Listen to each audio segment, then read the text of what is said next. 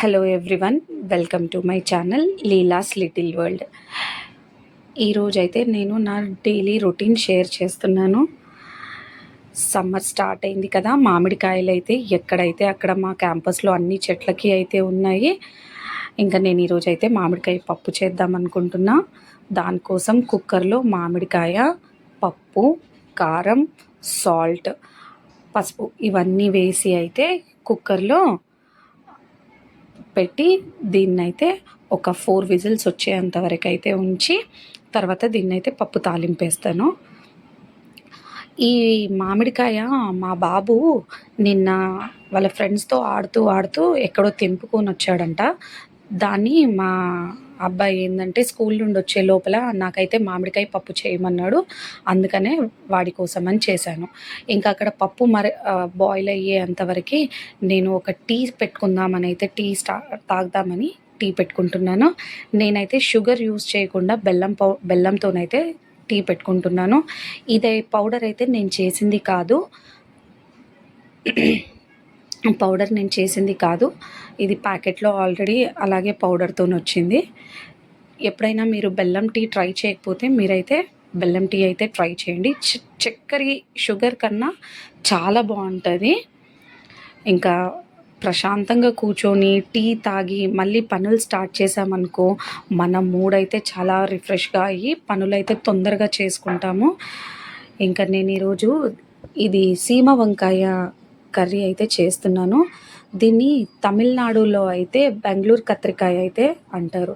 దీన్ని అయితే ముందు తొక్కంతా తీసుకొని క్లీన్ చేసుకొని పెట్టుకుని, ఇది అయితే నేను చిన్నప్పటి నుండి మా సరౌండింగ్లో అయితే చూడలేదు.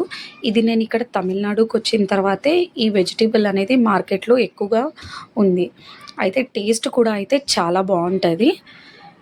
ఇంకా మనకి మామూలుగా అయితే సొరకాయ టేస్ట్ లాగా కనిపిస్తుంది.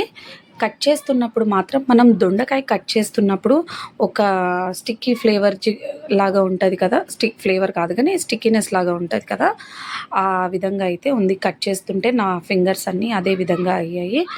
ఇంకా తర్వాత దాన్ని అయితే కట్ చేశాక అందులో సేమ్ మామిడికాయలో టెంక్ ఉంటుంది కదా, చిన్న లేత మామిడికాయలో టెంక ఏ విధంగా అయితే ఉంటుందో ఆ విధంగా అయితే ఇందులో ఉంది. దాన్ని తీసి పక్కకు పెట్టుకొని దీన్ని అయితే చిన్న చిన్న పీసెస్ లాగా కట్ చేసి పెట్టుకోవాలి. అయితే దీన్ని బాయిల్ చేసి ఫ్రై చేసామనుకో ఆయిల్ అనేది మనకి తక్కువ పడుతుంది, అది కూడా సేమ్ టేస్టే వస్తుంది. ఇంకా నేనైతే బాయిల్ చేయకుండా డైరెక్ట్గా అయితే వండుతున్నాను. ఇంకా దానికోసం చిన్న ప్యాన్లో అయితే ఆయిల్ తీసుకొని అందులో ఆనియన్ వేసి ఫ్రై చేసిన తర్వాత దీన్ని అయితే వేసుకున్నా.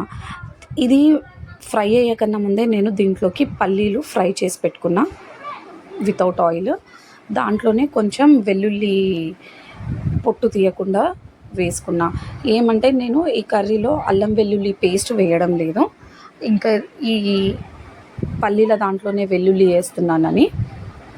అప్పటి వరకు ఇంకా ఇది ఫ్రై అయ్యే లోపల, ఆనియన్స్ అనేది ఫ్రై అయ్యే లోపల నేను ఇది పేస్ట్ కోసం కూడా రెడీ చేసి పెట్టుకున్నా.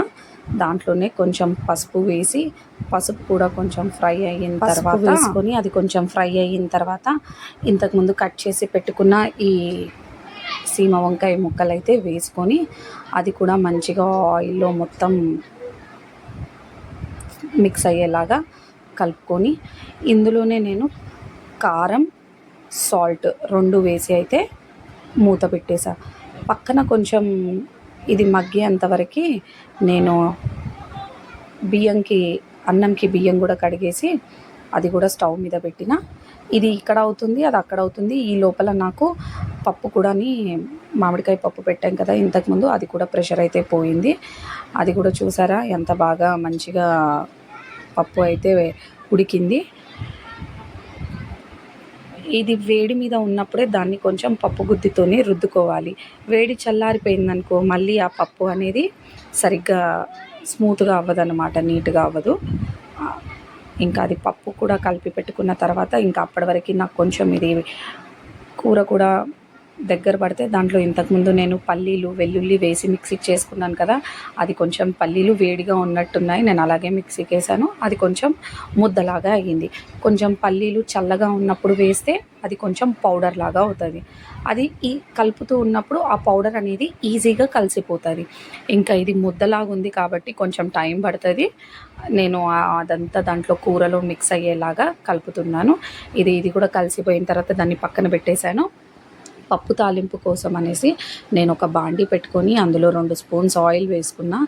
ఇందులో నేనైతే మామూలుగా అందరూ తాలింపు వేసేలాగానే జీలకర్ర, ఆవాలు, వెల్లుల్లి, ఎండుమిర్చి, కరివేపాకు, మళ్ళీ కొత్తిమీర ఉంటే వేసుకోండి, లేదంటే లేదు. వీటితో అయితే తాలింపు పెట్టుకుంటాను. ఆవాలు అయితే మామిడికాయ పప్పులో మీరు చూడండి ఎంత బాగా అది తింటూ ఉంటే దాని ఫ్లేవర్ అయితే మంచిగా తెలుస్తుంది. ఆవాలు మాత్రం మిస్ చేయొద్దు. తర్వాత ఇంకా నేను రోట్లో దంచి వెల్లుల్లి అయితే వేస్తున్నాను. వెల్లుల్లి దీనికి కూడా నేను పొట్టు ఏం తీయలేదు, డైరెక్ట్ అలాగే పొట్టుతోనే దంచి వేస్తున్నా. ఇంకా ఇదంతా బాగా ఫ్రై అయిన తర్వాత మంచిగా వెల్లుల్లి అనేది కొంచెం గోల్డెన్ కలర్లో వచ్చిన దాకా ఫ్రై చేసుకొని ఇంకా ఈ పప్పు అయితే అందులోనే వేస్తాను. ఇంకా ఇంగువ అయితే మిస్ అవ్వకండి. ఇంగువ ఫ్లేవర్కి వితౌట్ ఇంగువకి టేస్ట్ అయితే డిఫరెన్స్ ఉంటుంది. ఇదంతా వేసిన తర్వాత కొంచెం పప్పు అయితే ఆ బాండీలోకి వేస్తున్నాను. ఇంకా తాలింపు అయిపోయింది కాబట్టి స్టవ్ ఆఫ్ చేసి ఇంకా మొత్తం కుక్కర్లో ఉన్న పప్పు అంతా కొంచెంగా నేను ఆ బాండీలోకి అయితే ట్రాన్స్ఫర్ చేస్తున్నా. ఈ సమ్మర్ ఉన్నన్ని రోజులు అయితే ఆల్టర్నేట్ డేస్ అయితే మా ఇంట్లో మామిడికాయ పప్పు అయితే కంపల్సరీ ఉంటుంది. ఇంకా ఈ వంట అయితే ఆల్మోస్ట్ ఉన్నది కంప్లీట్ అయిపోయింది. ఇక్కడ చూస్తే అన్నం కూడా కంప్లీట్ అయిపోయింది. అన్నం కూడా వండడం అయిపోయింది. తర్వాత మొత్తం ఒకసారి స్టవ్ అయితే నీట్గా క్లీన్ చేసుకొని ఇవి వండినవన్నీ స్టవ్ మీద నీట్గా పెడుతున్నాను. నాకు ఎందుకంటే చిన్న కిచెన్ కాబట్టి స్టవ్ పక్కన ఆల్రెడీ వేరే పాల గిన్నెలు ఆ గిన్నెలు అన్నీ ఉంటాయి కాబట్టి నేను ఇంకా అన్నీ స్టవ్ మీదే పెట్టుకుంటా. ఈ విధంగా చేయడం వల్ల ఏంటంటే ఒకటి తర్వాత ఒకటి మనకి టైము సేవ్ అవుతుంది, వేరే పనులు చేసుకోవడానికి అవుతుంది, వంట కూడా తొందరగా ఫినిష్ అవుతుంది. ఇంకా ఇదంతా కంప్లీట్ అయిన తర్వాత నేను స్పూన్స్ అవన్నీ కూడా అక్కడ పక్కన నీట్గా పెట్టేసుకుంటున్నా. ఈరోజైతే నా వంట కంప్లీట్ అయిపోయింది.